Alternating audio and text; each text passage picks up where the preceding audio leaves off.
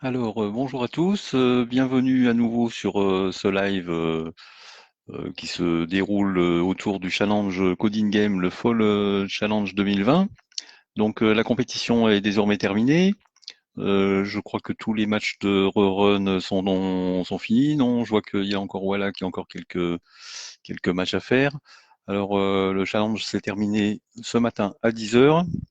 Et donc, en général, il y a toujours une phase de rerun où donc quelques matchs, en général une centaine, sont rejoués pour la dernière Ligue Légende.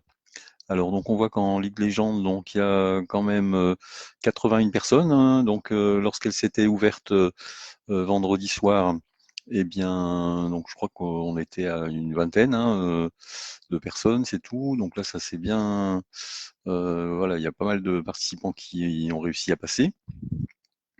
Donc on était donc au départ dans les ligues environ 2000 personnes. Donc en fin de challenge, donc on est à plus de 7000, hein, je crois qu'il y a 7500 personnes, donc environ. Donc 81 personnes en légende, 477 en or, 1900 en argent, 2200 en bronze, 2100 en bois, et puis quelques personnes, une centaine en bois 2. Donc c'est un challenge quand même qui s'est déroulé sur 11 jours assez intenses et donc qui était quand même très intéressant. Alors on peut pas voir le jeu si je mets les derniers combats du premier. Donc PV4 est premier, arrive en tête. Donc il s'agissait d'un jeu quand même assez joli, hein, avec deux sorcières qui doivent réaliser des potions avec un certain nombre d'ingrédients. Donc là, on voit les potions en bas et les ingrédients qu'il faut utiliser. Et chaque sorcière donc a des ingrédients dans son magasin et en lançant des sorts peut créer des nouveaux ingrédients à partir d'ingrédients. Voilà, donc c'était quand même assez difficile comme challenge, étant donné que le jeu en lui-même est quand même assez complexe, hein, avec voilà des règles assez riches. Mais néanmoins, donc voilà, le challenge est terminé. Et donc maintenant, donc en fin de challenge, la première chose à faire, eh bien, qu'est-ce qu'il faut faire? C'est s'inscrire au challenge suivant. Donc le challenge suivant, donc qui aura lieu, alors je crois que c'est en mai, voilà, le 6 mai 2021. Donc le challenge de printemps, Coding Game Spring Challenge 2021. Et euh, du coup, c'est la première chose à faire. En tout cas, moi, c'est la première chose que je fais. Ensuite, la deuxième, eh bien, c'est d'aller voir sur le forum tous les commentaires sur les stratégies, les retours que les gens ont pu faire. Là, on voit que Magus, lui, il a fait son post-mortem voilà, il y a 2 heures. Et il explique un peu sa stratégie. Alors Magus, il est arrivé, je crois, dans voilà, 13e, hein. Donc c'est quand même une très bonne place, hein. Et donc il explique un peu ses stratégies. Alors a priori, il a fait un beam search, hein, donc c'est ce qu'il dit ici. Donc sur le chat, il parlait d'un MCTS, mais je pense qu'il a dû laisser tomber le MCTS.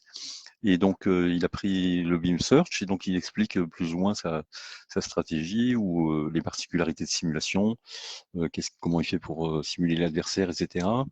C'est l'évaluation qu'il fait en fait pour voilà pour évaluer les situations, etc. Donc ça c'est intéressant ce forum puisque chacun va mettre un peu les idées qu'il a eues pendant le challenge et comment il les a implémentées. Voilà, donc Anti-Squid, Blitzprog, donc arrivé 326e au total. Il y a quand même d'informations, hein, puisque chacun va expliquer parfois en détail, hein, on voit qu'il y a quand même beaucoup de détails, va expliquer donc un peu le déroulement du challenge et comment il l'a abordé. Alors globalement, je crois que tout le monde a fait plus ou moins donc un algo de recherche. Alors je crois qu'on avait surtout des BFS, hein, et des beam search aussi. J'avais vu dans le chat qu'il y avait pas mal de beam search. Donc, ce qui serait intéressant, c'est de voir aussi les commentaires de ceux qui sont arrivés dans les premiers. Alors, il y a Magus, hein, qui lui, à chaque fois, il arrive assez bien placé dans n'importe quel challenge. Mais bon, ensuite, je pense que PB4 il fera aussi un post-mortem puisqu'il en fait assez souvent. Agad aussi, sans doute. Rickers peut-être aussi.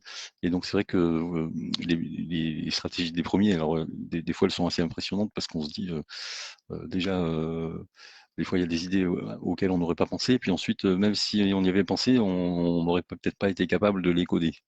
Donc voilà, ça c'est toujours intéressant de creuser ça. Alors au niveau du classement, alors bon là moi j'ai fini en or, bon ben, c'est une place honorable je dirais, mais bon à la fin de or, voilà 391e sur 477 à la fin. Donc si vous avez suivi un peu les vidéos précédentes, j'avais quand même pas mal galéré sur cette ligue or. Puisque j'avais pas un algo d'IA complet en fait, et j'avais plutôt plusieurs algos d'IA qui s'enchaînaient les uns derrière les autres. Et voilà, bon, en fait, j'ai un peu décollé quand même de la fin dehors parce que j'étais vraiment coincé dans les 450. Vers la fin, j'avais du mal à dépasser ce score-là. Au niveau des classements, alors ça fait quelques temps que Coding Game avait rajouté des classements par équipe. Alors bon, moi j'avais personne dans mon entreprise, donc en fait il m'a mis tout seul, mais c'est pas grave. Du coup, ça, il n'y a pas de classement équipe. Mais bon, au niveau de l'école, puisqu'en fait il prend simplement les informations qu'on déclare sur notre profil, hein. Donc en général, si on renseigne l'école, eh bien il nous groupe avec toutes les personnes qu'on fait cette école-là. Et du coup, bah, on voit voilà, 54e du classement équipe d'école. Et puis en dessous, donc on a le top 10. Donc des joueurs, on a vu, voilà, les 10 joueurs en premier, PB4, Agad, Rickers, Mazelkop, Delinate, Aropan, Tomiko, Carlizo, Jolindien et Zasmou en première place. Les top entreprises, donc qui sont là, voilà, Amadeus en tête, Ubisoft en 8e. Donc en fait, ce qui est intéressant, c'est qu'en fait, lorsqu'on joue par équipe, donc il faut être au moins 3.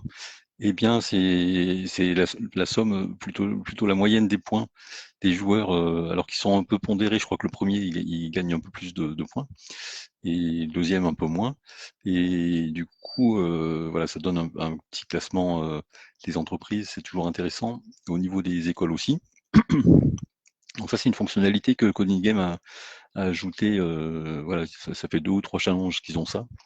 Et donc, je trouve ça assez intéressant.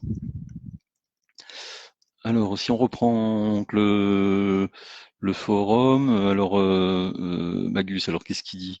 Donc il a fait un demi en fait. Demi, c'est un bot qui joue des coups basiques en fait, qui est assez bête, mais qui permet de pouvoir simuler l'adversaire de manière très très rapide, sans avoir un algo très très compliqué. Et donc c'est bien d'avoir un opposant quand on a un algo d'IA pour pouvoir voilà, simuler le comportement de l'adversaire. Donc c'est ce qu'il dit, hein, donc I use a stupid dummy, voilà, donc il a un bot vraiment très très stupide pour gérer l'opposant. Donc ensuite, bon, il parle de la simulation où il apprend les sorts au fur et à mesure. Et puis, alors il y a une particularité à laquelle j'avais pas pensé sur les learns. Et effectivement, lorsqu'on trouve un learn sur le chemin de créer une potion, eh bien, ce que dit Magus, c'est qu'il fait l'action tout de suite, en fait, puisque le learn, eh bien, en fait, si on le prend pas tout de suite, l'adversaire pourra le prendre. Et comme on sait qu'on en aura besoin, eh bien, autant le faire tout de suite. Et donc, ça, je trouve que c'est une idée qui est pas mal. Donc, au niveau du Beam Search, donc, il utilise 1000 nodes. L'évaluation, alors qu'est-ce qu'il met? Donc un point de score, c'est normal.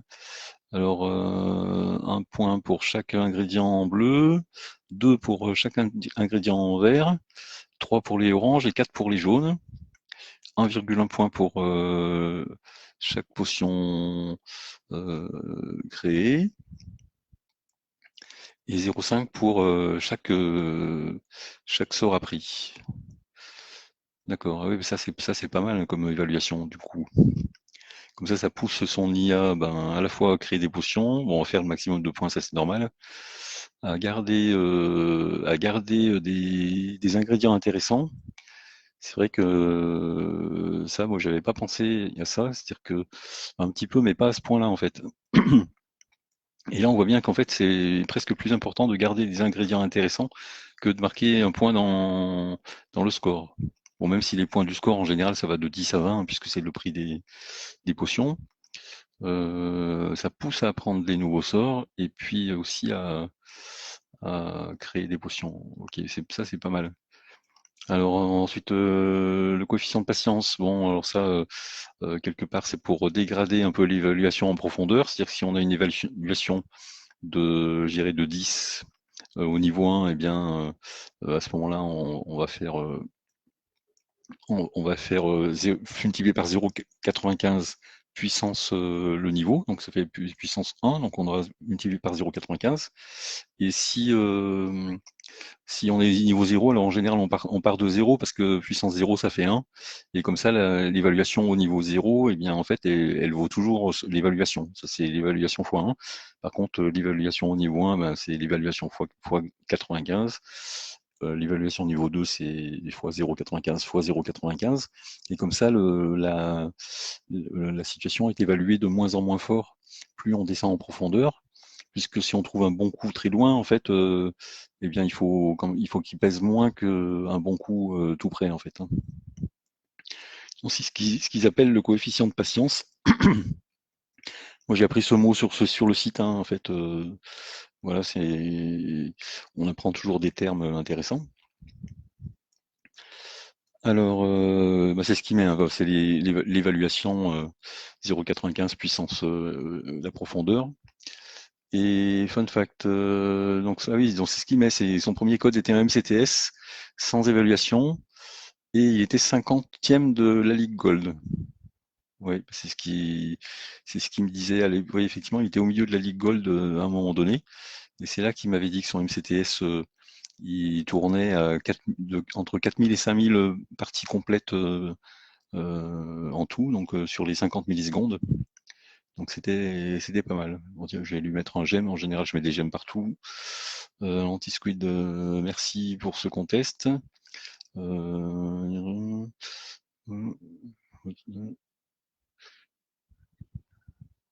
donc il a eu des problèmes de time-out apparemment. Bon, il n'était pas fan des sorcières.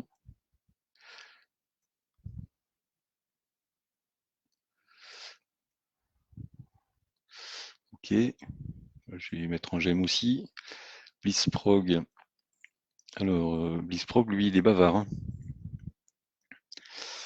Bon, voilà, il faut prendre le temps de lire un peu tout ça. Donc, la méta, donc apparemment, c'était d'acheter les 8 premiers sorts. Je pense que tout le monde a fait plus ou moins ça. Je crois que dans le dernier code que j'ai publié, effectivement, j'ai dû mettre ça aussi. Et puis ensuite, faire une recherche en largeur, donc un BFS, voilà, voilà, avec les sorts qu'on a. Donc, ce n'était pas assez. Oui, je sais bien, c'était pas assez. Donc, il a amélioré des choses. Beam Search et Search Queue to buy a spell in exchange of a score penalty. D'accord. Donc, il a échangé le fait d'acheter un sort au début de sa recherche et en échange d'une pénalité de score. Ouais, d'accord. Ok. Ouais, moi, le fait d'apprendre un sort, j'avais mis +1 dans la distance. Effectivement, ça peut être traité par une pénalité aussi. Decay coefficient, donc c'est le coefficient de patience, hein, qu'on expliquait tout à l'heure. Donc il l'a mis à 0,9. Le Beam Search Node 7 to 256. Ok. Il a ignoré l'adversaire. Ok. Ouais, Blitzproc, Proc, je l'avais vu passer devant moi, effectivement, il était en gold aussi, 326e en tout. Ok. Alors, au milieu de légende, C++. Donc, W, les Savo, il est où exactement? Les Savo.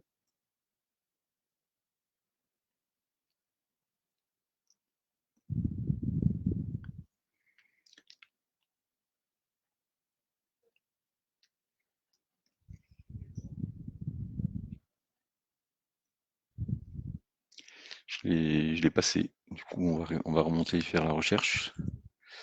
WLE. À 36e, je l'avais pas vu.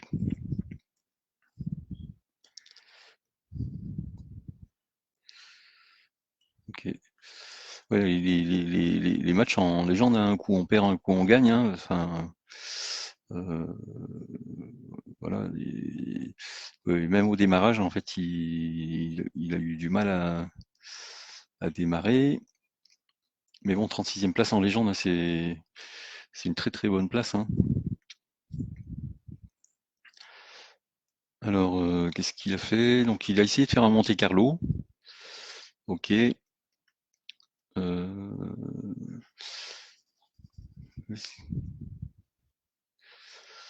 Donc, ça allait.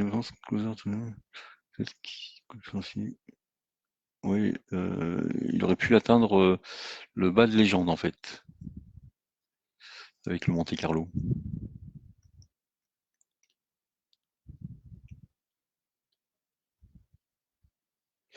Et donc en fait, il a fait un beam search ensuite. Ok. JRKE, donc lui, il est arrivé 199e. C'est bien, parce que 118e en gold, on était presque 500 en gold. Donc 118e gold, c'est bien aussi, hein. Alors, ok, donc lui, il explique un peu en détail tout ce qu'il fait, donc ça c'est intéressant. Il faudrait passer du temps, hein, sur le forum, hein. Donc Lucas Japan, 254e mi-gold. Donc c'est bien win-win-win. I all en Python 3, SETI.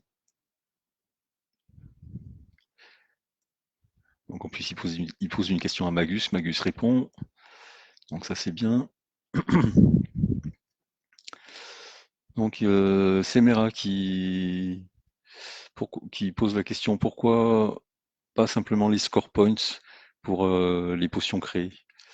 Et donc Magus y répond, il a testé localement avec CG Benchmark, il était mieux avec 1.1.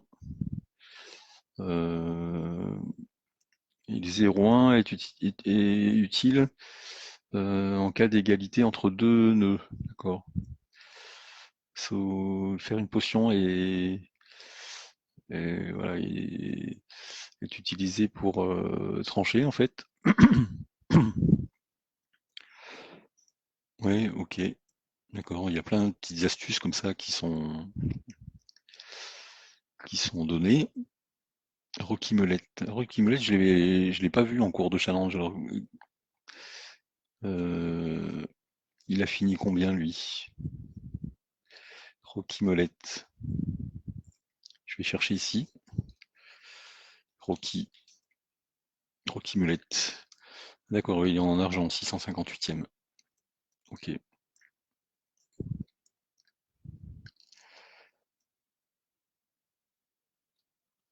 Closette AI.